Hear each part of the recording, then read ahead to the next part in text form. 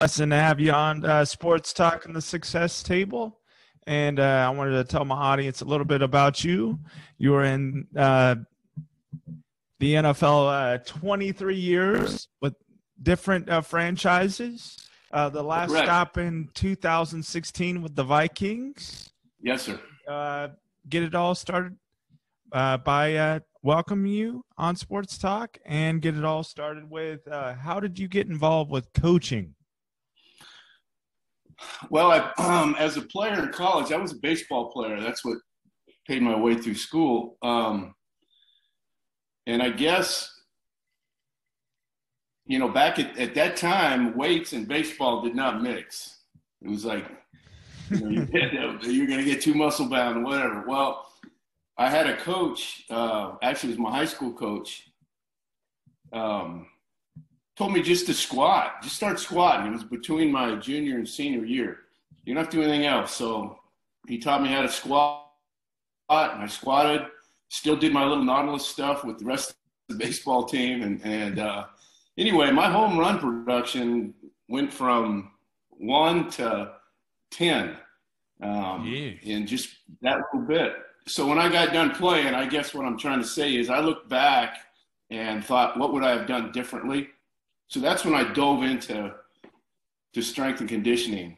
Went back to school, got my degrees, and then it just kind of went from there. And always I was such a late bloomer physically.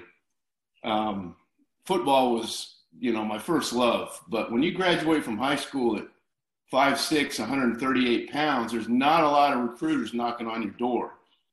And I was deceptively slow. So baseball was my only chance of, becoming playing a sport at the next level. So with that said, football was what really kind of attracted me to get back into strength conditioning. For sure. So over your 23 years in the NFL, what was your favorite part about the environment? I guess the professionalism of it, as far as guys wanted to be the best they could be at their trade, and wanting any kind of avenue to gain an advantage, or to have somebody help them find out how good they can really be. Those are the things I enjoyed the most. The relationships, the camaraderie, just having an impact on their lives too, not just with strength conditioning, not just with sets and reps, but, maybe helping them figure themselves out and coaching the man and then the athlete, that kind of thing. I thoroughly enjoyed that. Yes, sir. So, with your time in the league, where does Adrian Peterson stack up with the most athletic that you ever coached? Well, he was unique in the fact that not only was he gifted with speed, he's such a powerful person too. And he had this uncanny ability to recover from injuries. I used to call him Wolverine because it's like he could regrow a leg if he had to. It was incredible. Honestly, he was really self-motivated and he was fun to work with. Luckily, they're not all that self-motivated, or there wouldn't be a need for somebody like me and other strength coaches. You know what I mean? He was dead set on doing whatever he needed to do to be the best he could be. So he was really unique. Did you get the opportunity to work with LT in San Diego? Yeah, I did. It did a lot cut out of the same cloth. I think a little more athletic, a little more shifty. Could do about anything he wanted. He could throw the ball, he could run the ball, he could catch the ball.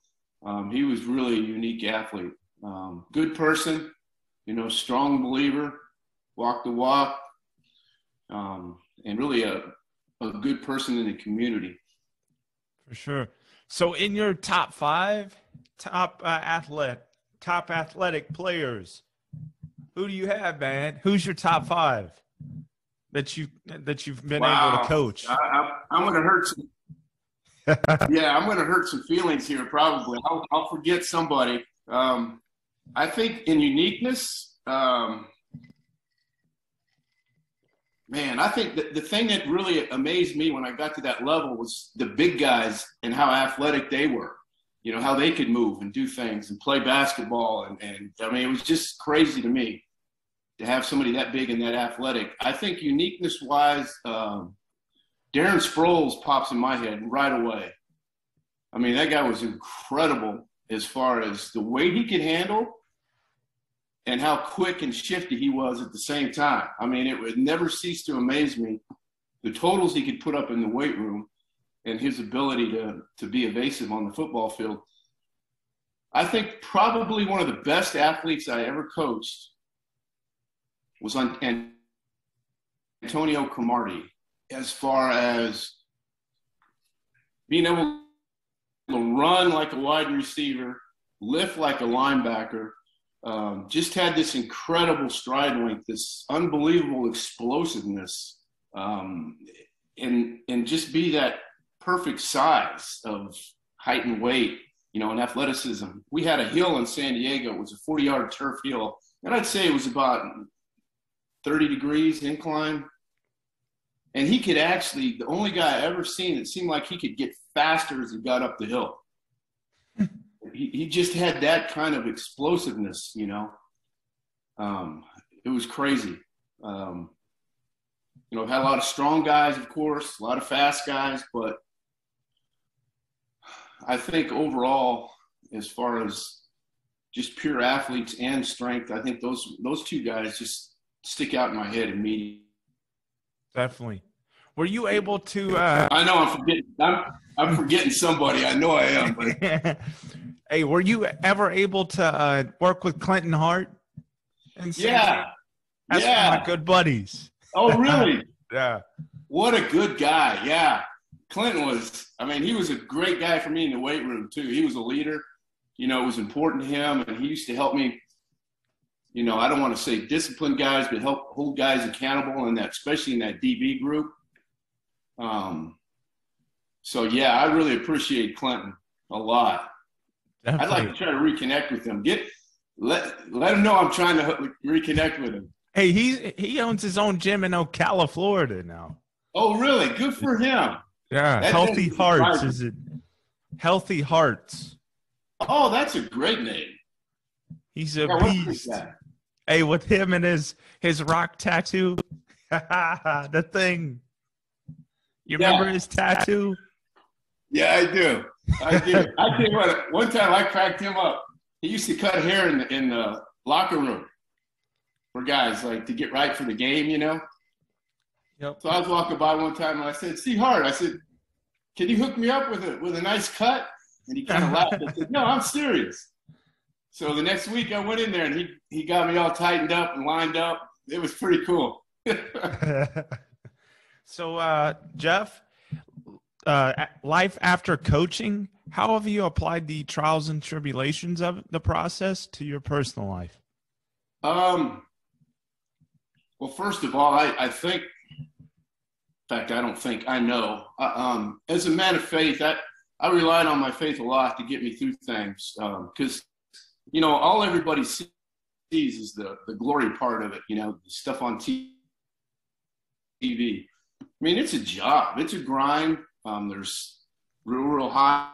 There's real lows. You know, you get fired. You have to move your family. I mean, there's a lot of stuff that goes on that people don't see, you know. But through my faith, I just always felt like, all right, God has a plan. And sometimes it's not always on my timetable, but it's going to work out. Because when you get done playing and coaching, there's a void there. There's something there that it's hard to fill. And if you've totally identified yourself with the NFL, that's all you ever were, it's hard. It's hard to kind of adapt to not having that. And I just think if I don't know if I could have done it without my faith, I guess is what I'm saying, as far as knowing that he still has a purpose for me the rest of my life, you know, even though I'm done. I think that's the key. You know, the discipline part of it, the team part of it, you know, not putting yourself first. And if there's one thing I would like to say to a lot of young strength coaches is there's people out there that they get it sideways, I think. In other words, there's not a football team because there's a strength coach. There's a strength coach because there's a football team. And some guys lose sight of that and, you know, want to take all the credit or put themselves out front or attract all the attention. And I think that hurts our field sometimes. You know, the majority of the strength coaches are behind the scene guys. They want the team to do the talking for them, the success. But, you know, some guys lose sight of that, just like athletes do sometimes. I hear you, man. Well, Jeff, I'll leave you on this. Where can my audience find you on social media and all the platforms? I'm on hurdperformance.com, all one word. They can contact me at Jeff R. Hurd. Don't forget the R in the middle, and it's HURD at gmail.com. And I'm also on, you know, Facebook and Instagram if they want to reach out in that way too. Go ahead. Go ahead, my friend. It's your time to shine. It's your time to shine. I'm also a brand ambassador for a new training facility here in Central Texas. It's located in Cedar Park, which is just outside of Austin. It's an unbelievable place. It's called ROI, and